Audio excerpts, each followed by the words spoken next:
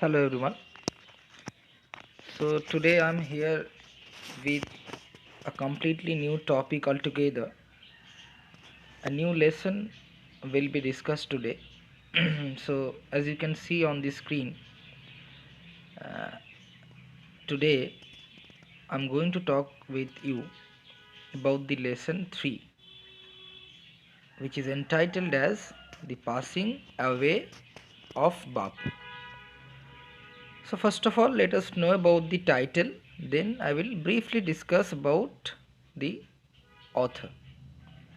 So the title is very important for the understanding of the whole passage. What is the title? The Passing Away of Bapu. Bapu. This is a word basically pronounced in the Hindi language. Bapu. Bapu means Baba, father. But the passing away of বাপু, এই বাপু টার্মটা আমাদের প্রত্যেকটি ইন্ডিয়ানের কাছে the term is very familiar, we know the term. এই বাপু যে শব্দটা, এই শব্দটা দ্বারা আমরা কিন্তু এক বিশেষ ব্যক্তিকে চিহ্নিত করে থাকি।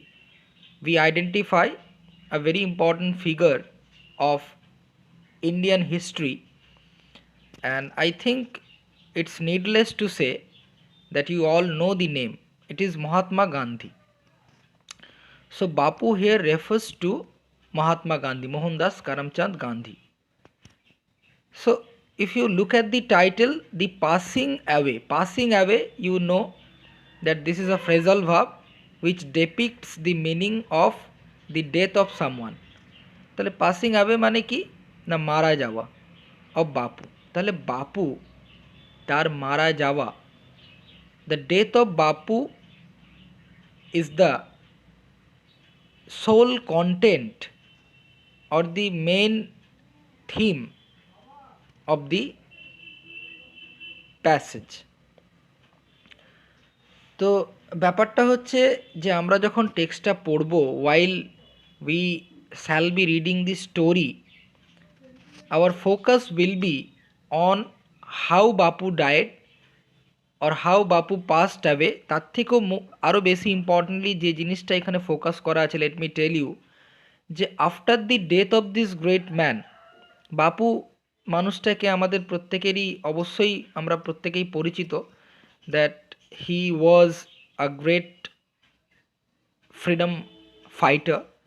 হ্যাঁ, তিনি ফ্রিডম যে মুভমেন্ট তার একজন লিডিং ফিগার ছিলেন, স্বাধীনতা সংগ্রামের একজন লিডিং ফিগার ছিলেন, এবং তিনি এই স্বাধীনতা সংগ্রামের পেছনে তার যে অবদান, হিজ কন্ট্রিবিউশন, সেটা অবশ্যই রিমার্কেবল, এগুলো আমরা কিন্তু জানি। তো আমি সেই বাপুর ইতিহাস পর্যালোচনা করব না আজকে।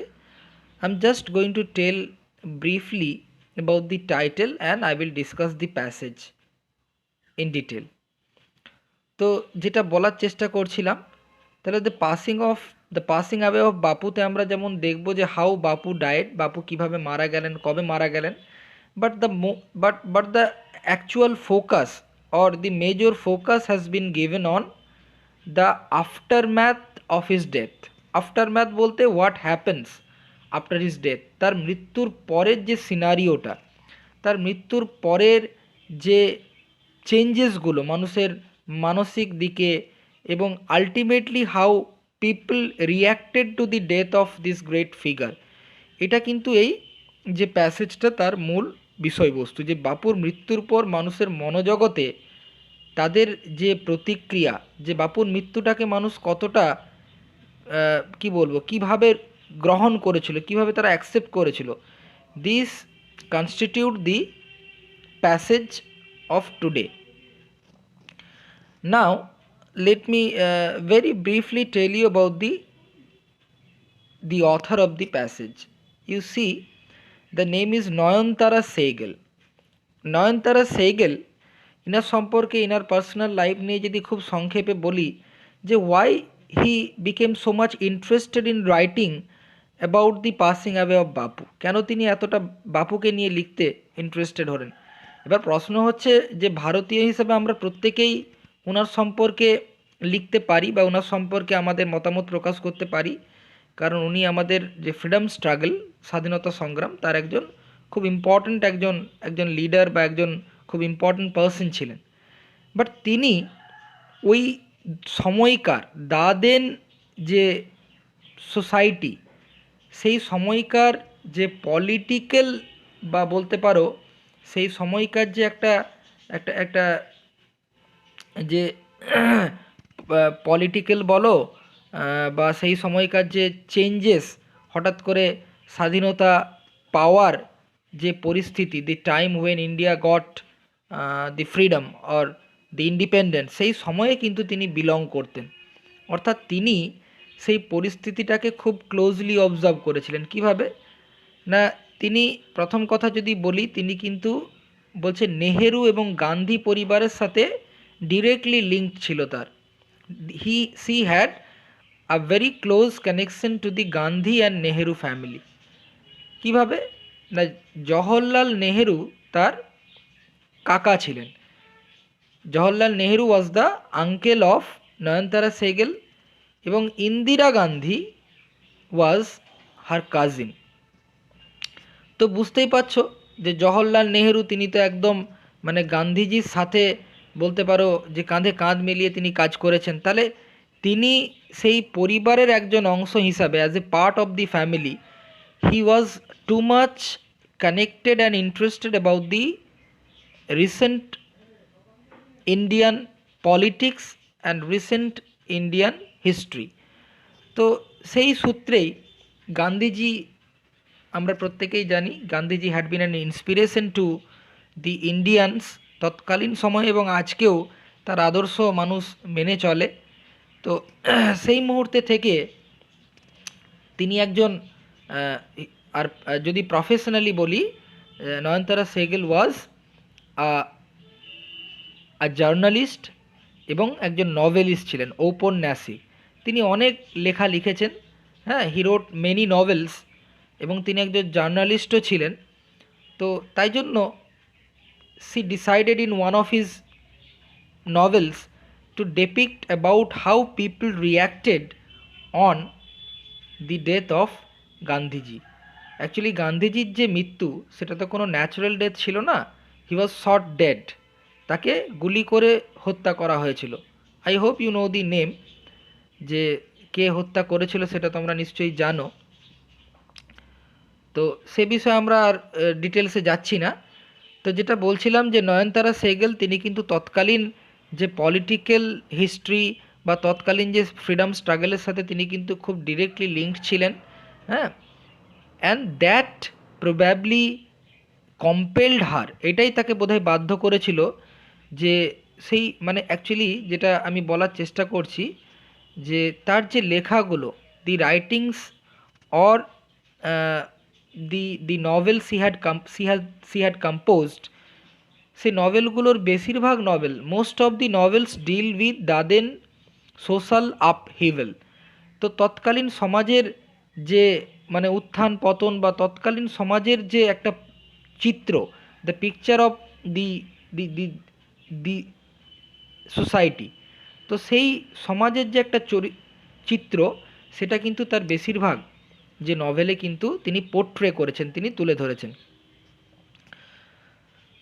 তো আরও একটা জিনিস যেটা নয়নতারা সেগেলের সম্পর্কে অবশ্যই বলবো, যেটা আমি বলেছিলাম আর কে নারায়ণের সম্পর্কে, that Nayantara Sahgal was also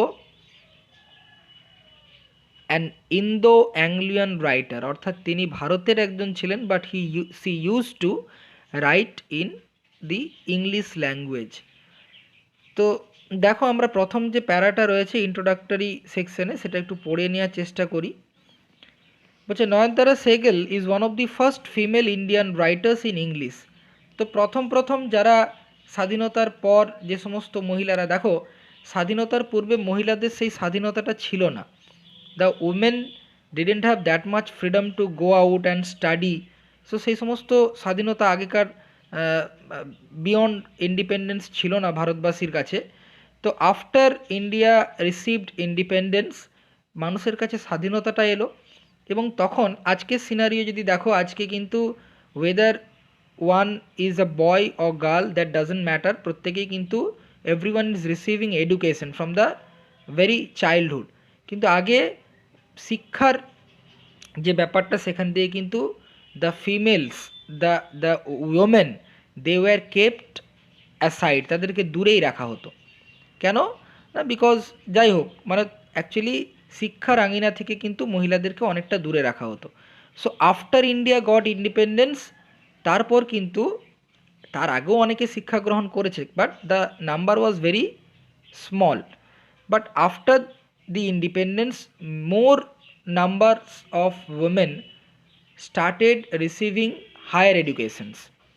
এবং দেখো তিনি এমন একজন এডুকেটেড ফিগার ছিলেন, বলছে প্রথম প্রথম যে সমস্ত ইন্ডিয়ান রাইটার্স, ফিমেল রাইটার্সরা ইংলিশে লেখা শুরু করেছিলেন তাদের মধ্যে নয়নতারা Sahgal is one of them.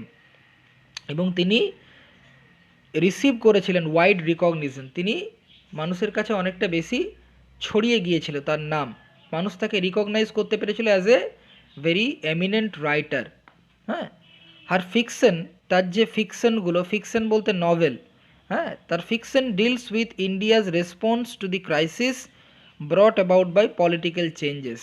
তাহলে পলিটিক্যাল চেঞ্জ যখনই হলো, কেন, because earlier India was ruled by the British government, but after the independence India was ruled by the government or the government representatives of India.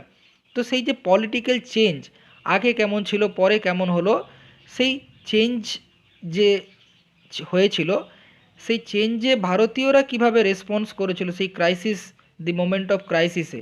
এবং আমি বলছি যেটা, যে তার যে লেখাগুলো, ওনার যে লেখাগুলো, সেগুলো কিন্তু মোরললেস সেগুলো ডিল করছে এই যে ভারতের স্বাধীনতার আগে এবং পরের যে হিস্টোরিক্যাল ফ্যাক্ট সেইগুলো নিয়ে। Her fiction deals with India's response to the crisis brought about by political changes. She won the সাহিত্য একাডেমি অ্যাওয়ার্ড। তিনি প্রফেশনালি একজন রাইটার ছিলেন, আমি যেটা বললাম নভেলিস্ট এবং জার্নালিস্ট ছিলেন।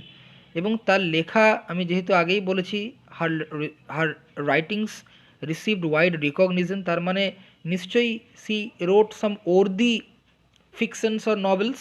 তাই তিনি কিন্তু 1986 খ্রিস্টাব্দে, in the year 1986, she was awarded with Sahitya Akademi award for a novel rich like us. তার একটা নভেল রয়েছে রিচ লাইক আস, তার জন্য তিনি কিন্তু সাহিত্য একাডেমি অ্যাওয়ার্ডও পেয়েছেন। Okay, look at the next paragraph. বলছে দ্য টেক্সট, এই যে টেক্সটটা যেটা আমরা আজকে পড়তে চলেছি, ইজ অ্যান এক্সট্র্যাক্ট, এটা একটা সংগৃহীত টেক্সট ফ্রম নয়নতারা সেইগেলস। নয়নতারা সেইগেলের মেমোর মানে হচ্ছে মেমোর, ইট সিম্পলি মিনস এক ধরনের অটোবায়োগ্রাফি, মানে তুমি you are writing something from your own personal point of view. তুমি তোমার পার্সোনাল পয়েন্ট অফ ভিউ থেকে যখন তুমি অটোবায়োগ্রাফি লিখবে বা বায়োগ্রাফি, দুটোই হতে পারে। তো বলছে যখন তুমি তোমার পার্সোনাল পয়েন্ট অফ ভিউ থেকে কারো জীবনী বা নিজের জীবনী লিখবে, তখন সেটাকে মেমোর বলা হচ্ছে। হ্যাঁ, প্রিজন অ্যান্ড চকলেট কেক। হ্যাঁ, তো প্রিজন অ্যান্ড চকলেট কেক এই যে নভেলটা ছিল, at this recounts the incidents. এই নভেলের একটা মূল বিষয়বস্তু কী ছিল, দ্য ইনসিডেন্টস, সেই সমস্ত ঘটনা following the death of Gandhiji, গান্ধীজির মৃত্যুর পরের যে ঘটনাগুলো, সেই ঘটনাগুলো ডেপিক্ট করা হয়েছে এই নভেলে। এবং এই নভেলের কিছুটা অংশ আমরা কিন্তু আজকে টেক্সটে পড়তে চলেছি। We are going to read some part of this very important novel, prison and chocolate cake. It vividly describes, খুব ভিভিডলি মানে হচ্ছে অনেকটা বিস্তৃতভাবে, হ্যাঁ, অনেকটা ব্যাখ্যামূলকভাবে, it describes not only the author's personal sense of loss. Author যেহেতু আমি বলেছি যে তিনি গান্ধী এবং নেহেরু পরিবারের সাথে directly C was connected to the Gandhi and Nehru family, তাহলে নিশ্চয়ই তিনি বাপুর সাথেও তার কিন্তু একটা ব্যক্তিগত সম্পর্ক ছিল, তিনি বাপুর সাথেও কিন্তু ব্যক্তিগতভাবে পরিচিত ছিলেন। তাই ওনার মৃত্যুর পর, আফটার দি ডেথ অফ বাপু, তিনি পার্সোনালি একটা লস ফিল করেছিলেন। যেভাবে প্রত্যেক ভারতবাসী কম বেশি যারা গান্ধীজিকে তাদের কি বলবো, তাদের তাদের পথ প্রদর্শক হিসাবে মনে করতেন, সেই রকম তিনি একটা সেন্স অফ লস ফিল করেছিলেন। অ্যাট দ্য সেম টাইম এই যে পুরো নভেলটাতে তিনি ডেসক্রাইব করছেন তার নিজের সেন্স অফ লস শুধু না, but also the collective grief, যৌথ যে একটা বেদনা, গ্রিফ মানে বেদনা বা দুঃখ, অফ দি এন্টায়ার নেশন, সারা দেশের যে একটা বেদনা, অর্থাৎ কি the whole nation is suffering the death of this great freedom fighter at the passing away of Mahatma Gandhi.